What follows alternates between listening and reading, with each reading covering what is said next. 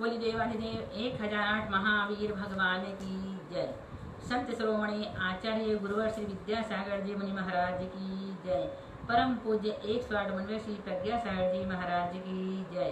द्वादशांगिनी वाणी माता की जय। अहिंसामय विश्व धर्म की जय। सिद्धम शुद्धम पणिमी जिनंदवर नेमि चंदमके लंकम गुणरण भूषण दियम जीवस्य परोगणम बोक्षम। बोलिए आचार्य नेमिचंद स्वामी जी की जय। देखें 41 नंबर की गाथा जीवकांड में नष्ट प्राप्त करने का विधान क्या है। सगमाणी विहत्ते शेषम लक्षित तुजान अक्ष पदम लब्धे रूपम पक्षिव शुद्धे अंते नरोग पक्षेयो। सगमाणे विहत्ते प्रमाद भंग को अपने अक्ष पिंड प्रमाण से भाग देने पर जो शेष प्राप्त हो उस शेष को लक्षित करके अक्ष स्थान जानना। शेषम शेष प्राप्त। सगमाने ही अपने अक्ष पिंड प्रमाण को भाग देने पर जो शेष प्राप्त हो उस शेष को लक्षित करके अक्ष स्थान जानना। लब्ध में एक अंक जोड़ना। यदि भाग देने पर राशि शुद्ध हो अर्थात पूर्ण रूप से विभाजित हो जावे तो शेष शून्य हो तो अक्ष का अंतिम भेद ग्रहण करना चाहिए और लब्ध में एक अंक नहीं जोड़ना चाहिए। ये भी हम बताएंगे आपको, है ना, किस प्रकार से यहाँ पर ये बताया जा रहा है। अभी आप सिर्फ गाथा और गाथा का अर्थ समझें तो आगे समझ में। अपने अक्ष पिंड प्रमाण से भाग देने पर जो शेष प्राप्त हो उस शेष को लक्षित करके अक्ष स्थान जानना। लब्ध में एक अंक जोड़ना। यदि भाग देने पर राशि शुद्ध हो अर्थात पूर्ण रूप से विभाजित हो जावे, शेष शून्य हो तो अक्ष का अंतिम भेद ग्रहण करना चाहिए और लब्ध में एक अंक नहीं जोड़ना चाहिए। क्योंकि अब 0 आ गया तो क्या जोड़ेंगे लब्ध में, तो नहीं जोड़ना। और अंतिम जो इंद्रिय होगी वही इंद्रिय यहाँ पर आएगी। देखें आलाप की संख्या प्राप्त करने का विधान। संठा विदूण रूपम उवरीदो संगृत्य सगमाणे अवनिज्य अनंकिदियम उज्जा एमेव सबथ। एक बार फिर से देखें। संठा विदूण रूपम उवरीदो संगृत्य सगमाणे अवनिज्य अनंकिदियम उज्जा एमेव सबथ। संठा विदूण रूपम एक अंग को स्थापन करके अपने पिंड प्रमाण से गुणा करें। जो गुणन फल प्राप्त हो उसमें से अनंकित को घटाना चाहिए। ऐसा सर्वत्र करना चाहिए। अतएव अंतिम तृतीय अक्ष से प्रथम अक्ष तक यह क्रम ले जाना चाहिए। फिर से देखो, एक अंक को स्थापन करके, अभी ऊपर की बात निकली है, तो एक अंक को स्थापन करके अपने पिंड प्रमाण से गुणा करें। जो गुणन फल प्राप्त हो उसमें से अनंकित को घटाना चाहिए। ऐसा सर्वत्र करना चाहिए।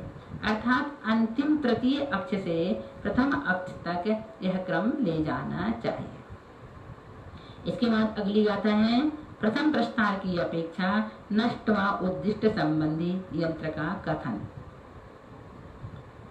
इगी व्यति चपण खपण 10 पन्न रसम च खवीस ताल सट्टीय संठवीय पवद ठाणे नट्ठु दिठम चचाण तिठाणे। फिर से देखो।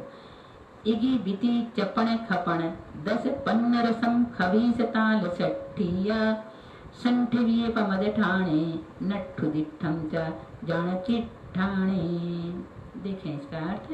प्रथम पंक्ति में 1, 2, 3, 4 व 5 स्थापन करके उसके नीचे द्वितीय पंक्ति में 0, 5, 10 व 15 स्थापन करना। फिर उसके नीचे तृतीय पंक्ति में 0, 20, 40 और 60 स्थापन करने चाहिए। इन स्थानों के द्वारा प्रमाद संबंधी नष्ट व उद्दिष्ट प्राप्त कर लेना चाहिए। एक बार फिर से बताते हैं, देखो क्या कह रहा है यहाँ। प्रथम पंक्ति में इगी 1, बी 2, ती 3, च 4, पन 5 स्थापन करने चाहिए। उसके नीचे, ये तो हुए इंद्रिय संबंधी, उसके नीचे द्वितीय पंक्ति में क्या, फिर खा से शून्य लेना है ना, 5, पन से 5, 10 से 10, 15 रसम से 15 स्थापन करना चाहिए। फिर देखो उसके नीचे तृतीय पंक्ति में क्या करना है, यहाँ पर हमने कितना कर दिया, 15 रसम, फिर खा आया, खा से शून्य, फिर 20, फिर ताल से 40 और षष्ठी से 60 स्थापन करना चाहिए। इन स्थानों के द्वारा प्रमाद संबंधी पमठाने, प्रमाद संबंधी नष्ट और उद्दिष्ट, नष्टोद्दिष्टम, नष्ट और उद्दिष्ट प्राप्त कर लेना चाहिए। आ गया समझ में। अब देखो अगला है 44 नंबर की गाथा। इगी द्वितीय प्रस्तार की अपेक्षा नष्ट व उद्दिष्ट ज्ञात करने का यंत्र है ना। इगी बिति चख चडवारम खसोल रागठदान चौ षष्ठीम संठिव्यपमद ठाणे नट्ठु दिट्ठम चटाणति ठाणे। फिर से देखो, इगी बिति चख चडवारम खसोल रागठदान चौ षष्ठीम संठिव्यपमद ठाणे नट्ठु दिट्ठम च जाणति ठाणे। उसी प्रकार से लगाना है। अपन ने प्रथम प्रस्तार का किए थे, अब द्वितीय प्रस्तार का करेंगे। प्रथम पंक्ति इसी प्रकार से बनाना, अभी हम आपको बताएंगे कैसे प्रथम पंक्ति बनती है। तो प्रथम पंक्ति में इगी मीन्स 1, बी मीन्स 2, ती मीन्स 3, चा मीन्स 4 है ना। फिर उसका खा मीन्स शून्य, फिर क्या करना है, शून्य करना। प्रथम पंक्ति में 1, 2, 3 और 4, द्वितीय पंक्ति में शून्य, फिर यहाँ पर क्या दिया है 4, 4 से 4, फिर 8, फिर 12 है, 12 मीन्स 8, डा से 8, 12 से 12। फिर और तृतीय पंक्ति में खा फिर आया है, तो तृतीय पंक्ति में शून्य, फिर 16 मीन्स 16, फिर 32, फिर उसके बाद 48 और 64, 64 मीन्स 64, 48 मीन्स 48 है ना। तो इस प्रकार से स्थापित करने चाहिए। इन 3 स्थानों के द्वारा प्रमाद संबंधी नष्ट और उद्दिष्ट जानना चाहिए। इस प्रकार से प्रमाद से संबंधित यहाँ पर सभी गाथाएं पूर्ण हो चुकी हैं 44 गाथाओं में।